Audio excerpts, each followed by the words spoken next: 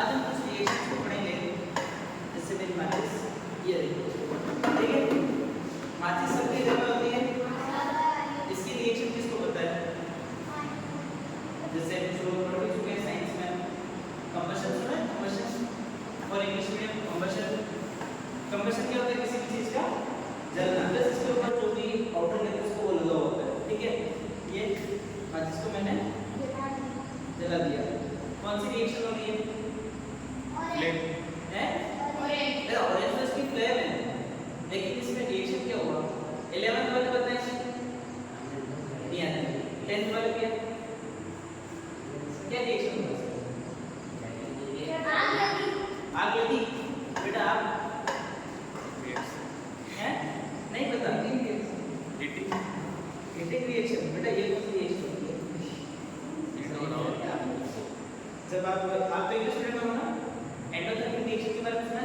Endothermic exothermic, thermodynamics के अंदर है वो जो एक्सोथर्मिक रिएक्शन होती है ना, वो आपकी हीटिंग रिएक्शन के अंदर आती है। इसके अंदर आती है आपकी हीटिंग रिएक्शन के अंदर। लेकिन ये जो आपका हो रहा है ये कंबशन हो रहा है। क्या हो रहा है?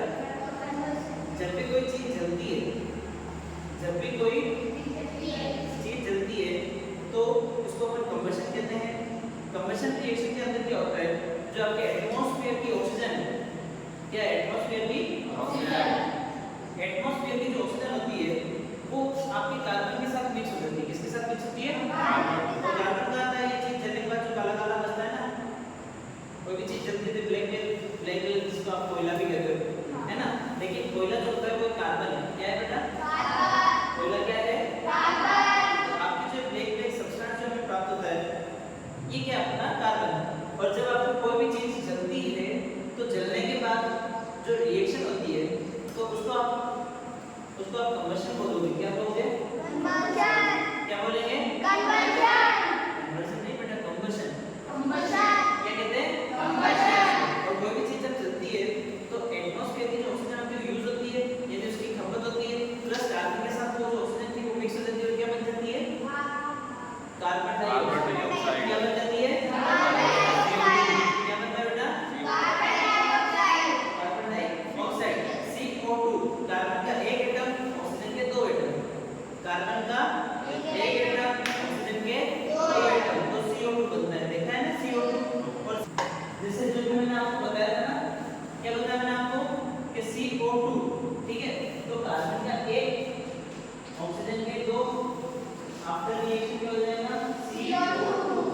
CO2। ये रिएक्शन आपने पढ़ी होगी कि जब टू प्रोडक्ट्स या टू रिएक्टेंट मिलकर एक सब्सटेंस बनाते हैं तो उसके रिएक्शन कौन सी अभिक्रिया बताई थी यार? 10 बार पढ़ाई। ऐसी अभिक्रिया जिसमें दो अभिकारक मिलकर नया उत्पाद बनाते हैं। रसायन रासायनिक अभिक्रिया होगी। लेकिन इस पर्टिकुलर रिएक्शन को क्या कहते हैं? इंग्लिश के अंदर सुना होगा, when two reactants binds together and reacts together to form a new single complex substance, then this reaction is called as CO2. Addition. What is this? Addition.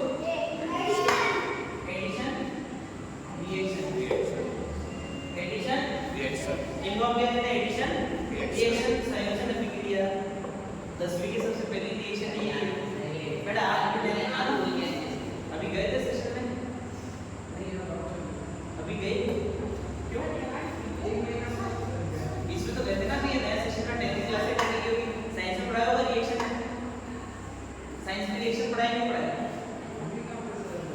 नहीं पढ़ाया। ओके, फर्स्ट नहीं पढ़ाया, ठीक है। तो ये जो पढ़ाई है ना तब आपको ये याद आएगा। हम बात करें एडिशन रिएक्शन की, तो एडिशन रिएक्शन हुआ जलने पर कौन सी रिएक्शन हुई है? कौन सी रिएक्शन हुई? Addition reaction. जो हिंदी मीडियम है उनके लिए संयोजन अभिक्रिया। क्या है? संयोजन अभिक्रिया। यानी जब दो से ज्यादा रिएक्टेंट्स, टू और more reactants react together to form a single complex, है ना। यानी ये दो चौक के टुकड़े हैं, उनको मैं ऐड करके कितने चौक बनाऊंगा? एक चौक बन गई। तो ये कौन सी रिएक्शन हो गई? Addition reaction. कौन सी रिएक्शन हो गई? Addition reaction. आया समझ? आया ना?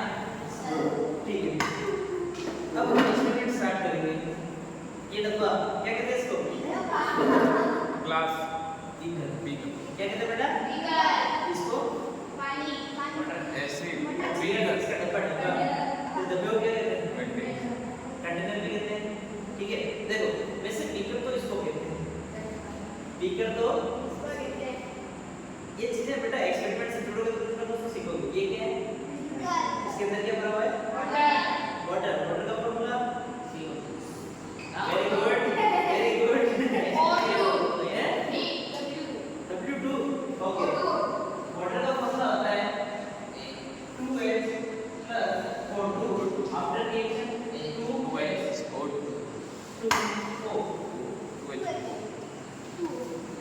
है ना। ये दो हाइड्रोजन के कंपोनेंट ऑक्सीजन के जो मिलके 2H2O बनाते हैं। क्या बनाते हैं? 2H2O।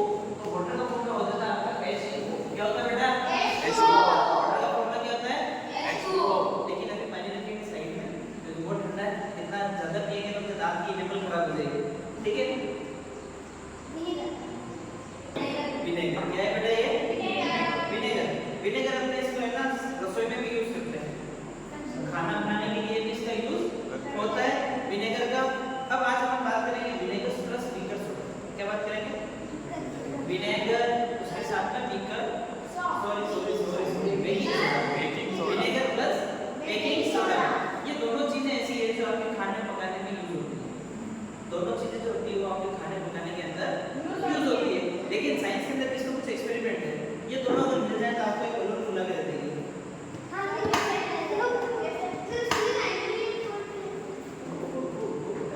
वो उड़ा थोड़ी नहीं क्या?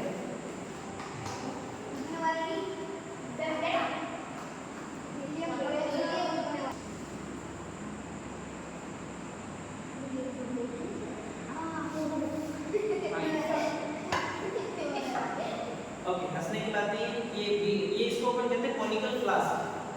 इस तरीके का जो बर्तन होता है ना, इस तरीके का जो अपर्चर आप साइंस के अंदर यूज करते हो उसको हम क्या कहते हैं? Conical flask. कौन क्यों कहते हैं? आइसक्रीम खाई कभी कौन वाली? इसको मैं उल्टा कर नहीं सकता हूं, लेकिन उल्टा करेंगे तो किसकी तरह दिखेगा? कौन की तरह। इसलिए हम इसको क्या कहते हैं? Conical flask. क्या कहते हैं बेटा? क्या कहते हैं? Conical flask. अभी हम इसका यूज करें, देखो बलून के अंदर विनेगर भरते हैं।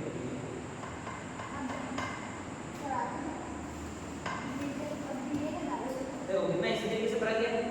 अभी मैं इसमें से भरता तो इससे ज्यादा मिलता है कि नहीं? अब अपन इसके अंदर करेंगे विनेगर। क्या करेंगे बेटा? चीयर्स।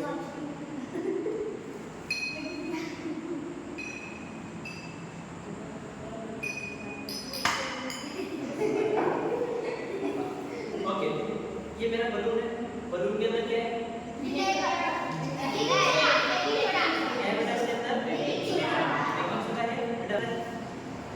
एक मिनट ये अपने अब इसके अंदर एक रिएक्शन होगी।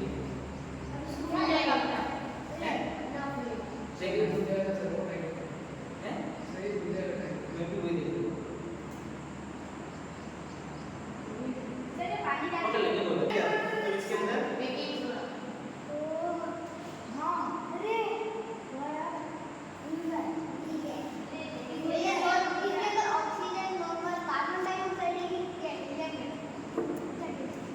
क्या हो? जादू। आएगा? बेटा पढ़ना नहीं। ये क्या है ना? जादू। क्यों जादू नहीं है? ये साइंस है। ये क्या है? क्या हुआ कि जब भी आप विनेगर को बेकिंग सोडा के साथ मिक्स करते हो तो क्या होता है? क्या होता है? रिएक्शन होता है और रिएक्शन से गैस बनती है और वो गैस क्या होता है? फूल जाता है। वो गैस आपकी किसमें ट्रैप हुई थी? बलून के अंदर।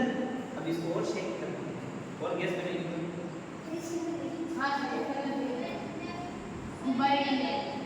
नहीं, हाथ में गिर गया।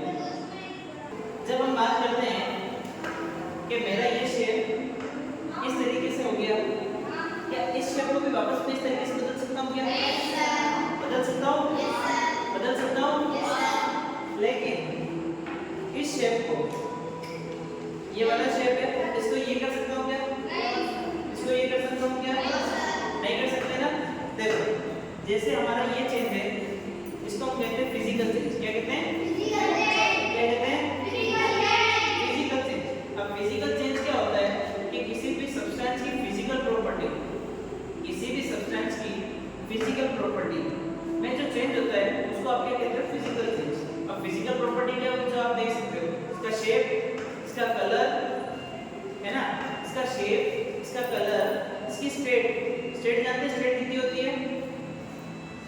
अवस्था कौन कितनी होती है?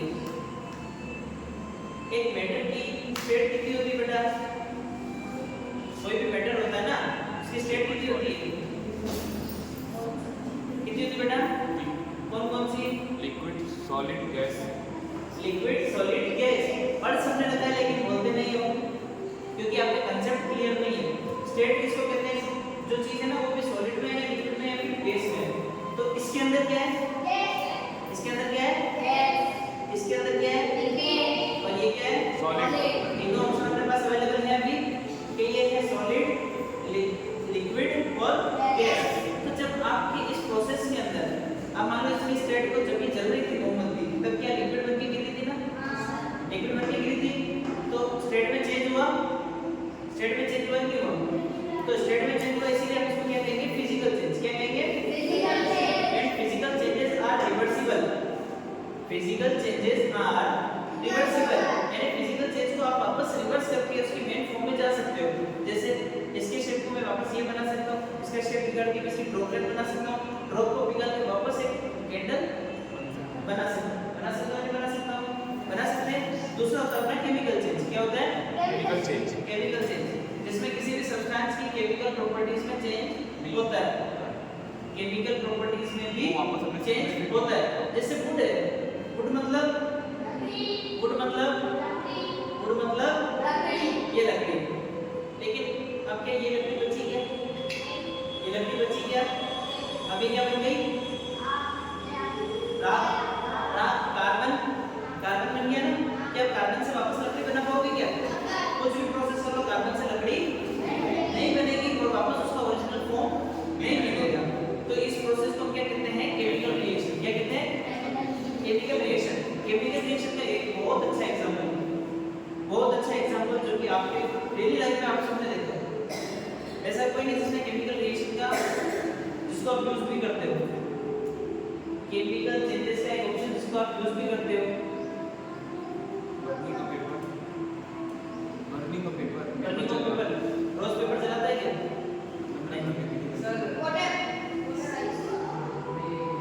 देखो आइस वाटर और लिक्विड आइस वाटर और जो वाटर वेपर है ना वो एक फिजिकल चेंज है। अभी आपको मैंने कहा था ना आपने वाटर से आइस बनाया तो आइस से वापस वाटर नहीं बनेगा क्या? अगर वापस आइस से वाटर बन रहा है तो फिजिकल चेंज है, केमिकल चेंज नहीं है। मैं बात फिजिकल चेंज की नहीं कर रहा हूँ, केमिकल चेंज की बात कर रहा हूँ। किसकी बात कर रहा हूँ? केमिकल चेंज की। दूध सबके घर में है, दही जमाया, दही उससे दही से बनता है, कोई केमिकल चेंज है। कौन सा चेंज है?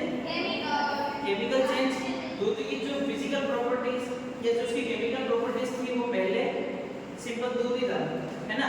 लेकिन जब आपने उसको दही में कन्वर्ट किया, जब उसका दही बनाया तो दही बनने के बाद उसके अंदर बैक्टीरिया पैदा हो गए, बैक्टीरिया प्रेजेंट हो गए, है ना? जो कि आपके दूध के अंदर दही के अंदर प्रेजेंट होते हैं। लाइसो बैक्टीरिया कौन से बैक्टीरिया होते हैं दही के अंदर? बताया था ना? ठीक है कोई बात नहीं। दही दूध का टेस्ट कौन सा होता है?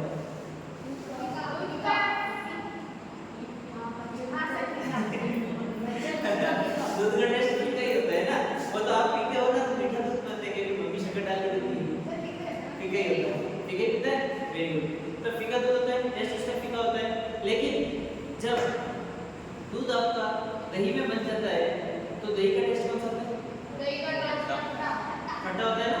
दही भी खट्टा होता है, ठीक है? तो जब दही खट्टा हो जाता है तो दही एसिडिक प्रॉपर्टी में हो जाता है। क्या प्रॉपर्टी हो जाती है उसकी? एसिडिक। कोई भी खट्टी चीज आपको खाते हो पीते हो जो चीज आपको खट्टी लगती है वो एसिडिक होती है। क्या होती है? एसिडिक। दही जो है वो एसिडिक होता है क्योंकि दूध जब दही में कन्वर्ट होता है तो उसके अंदर लैक्टिक एसिड प्रेजेंट होता है। कौन सा एसिड हो जाता है? Lactic acid. आप छाछ डालते हो, छाछ की वजह से उसके अंदर जो बैक्टीरिया पैदा होते हैं और वो बैक्टीरिया रिएक्शन कर करके वहां पे लैक्टिक अम्ल बना देते हैं, लैक्टिक एसिड बना देते हैं। तो दही के अंदर कौन सा एसिड प्रेजेंट होता है? लैक्टिक एसिड, है ना? अब आप एसिड को घुमा नहीं सकते हो। जैसे जैसे आपने मान लो बेस डाल के कुछ भी करके एसिड को तो मेंटेन करके एसिड को न्यूट्रलाइज कर दिया, उसके बाद तो आपने वापस फीका बना दिया। लेकिन आप दही से वापस दूध नहीं बना पाओगे, किसी भी जन्म में नहीं बना पाएंगे। दही से आप छाछ बना लोगे, घी बना लोगे और भी कोई चीज बना लोगे, लेकिन आप वापस दूध नहीं बना पाओगे। ये आपका कौन सा चेंज बेटा? बर्निंग ऑफ पेपर, एक पेपर का जलना भी केमिकल चेंज होता है ना? अब अपन बात करते हैं फिजिकल चेंज की। इसकी बात करते हैं फिजिकल चेंज। ये था फिजिकल चेंज का एग्जांपल। आगे लिखा, एक आप स्कूल में जाते हो, ये चौक है, इस चौक से मैं लिखता हूँ तो जो गड्ढे गड्ढे गड्ढे गड्ढे बिल्कुल छोटे रहते पाउडर बन जाती है ना, तो उस पाउडर को इकट्ठा करके वापस चौक बना सकते हैं? बना सकते हैं।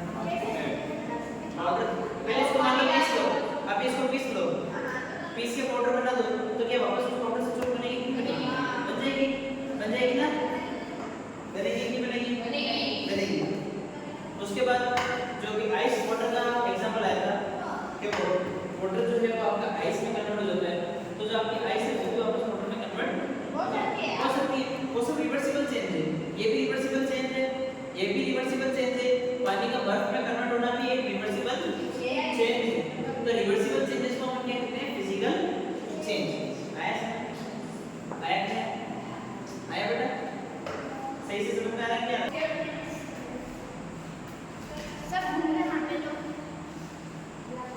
लेकिन एक जो जल्दी भी मोमबत्ती है ना, a burning candle is the example of both physical and chemical change, है ना?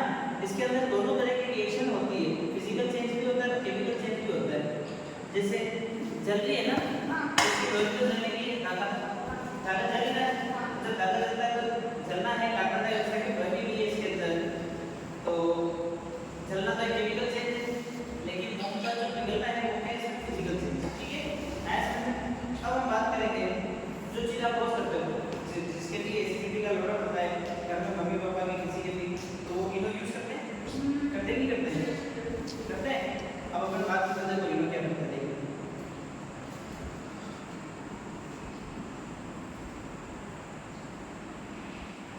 और क्या हो गया?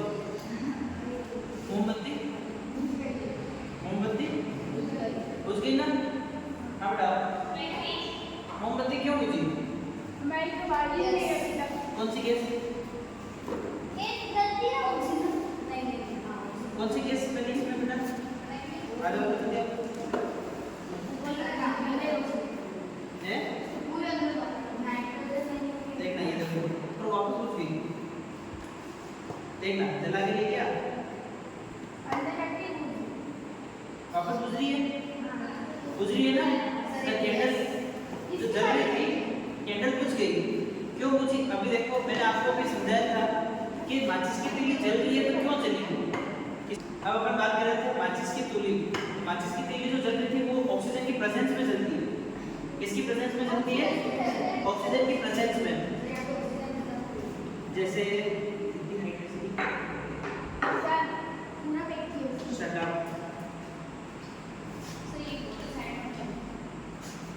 It is a burning candle. Candle जल रही है ना, इसी को मैं समझा रहा हूँ ना कि कैसे हुआ।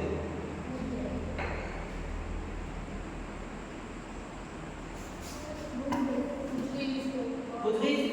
तो क्योंकि सर इसमें ऑक्सीजन नहीं है। जलने और बुझने के लिए सबसे इम्पोर्टेंट गैस होती है ऑक्सीजन। कौन सी गैस होती है? ऑक्सीजन। तो जब ऑक्सीजन आपके एटमॉस्फेयर में प्रेजेंट होगी, यानी जहाँ जहाँ पर भी ऑक्सीजन होगी वहाँ पे आपकी आग जलेगी। जहाँ पे भी आपकी ऑक्सीजन होगी वहाँ पे क्या जलेगी?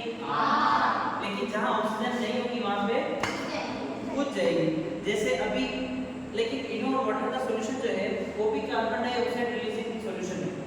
Carbon dioxide releasing solution, carbon dioxide releasing solution.